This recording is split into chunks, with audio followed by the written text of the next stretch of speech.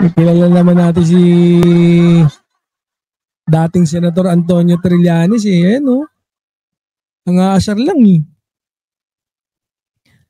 Ngayon na natuldukan na yung interim release na yan, sana ay wag nang magpaasa ang leaders ng Duterte camp sa mga supporters nila. Di na makakalaya yan at mamamatay na yan. Mali. Wala.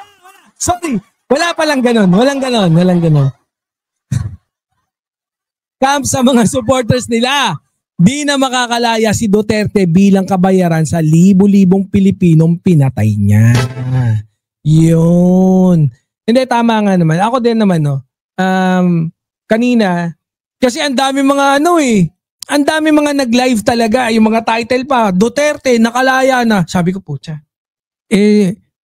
Pagtingin ko si Coach Jarrett din, yung title, papalayain na ba? Tapos yung question mark, hindi ko na maalala kung ano yung title, pero parang, sabi, patay, sabi ko. Mukhang nakalaya pa. Mukhang makakalaya pa ang walang niya.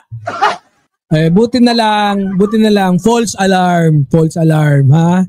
Oh. Ngayon, yan ang maganda rito eh, no? Yung si Sani Trillanes, dating Senador Sani Trillanes, no? I think ni-interview ko siya 2 years back, no, nung in-interview ko siya. Alam, yan na eh. Talagang makukulong yung ano eh. Di ba? Ang problema, bakit nga, di ba, meron pang patutsada si Senator Trillanes, bakit naman na si PBBM ang binabanatan nyo? Bakit hindi daw siya? Di ba?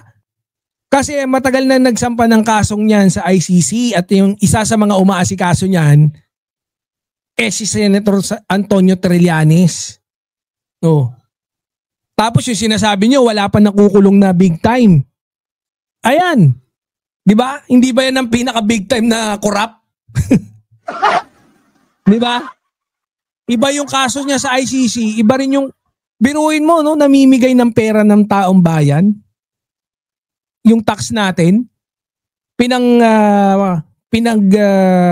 pinamimigay sa mga kapulisan, sa mga kabulastugan lang.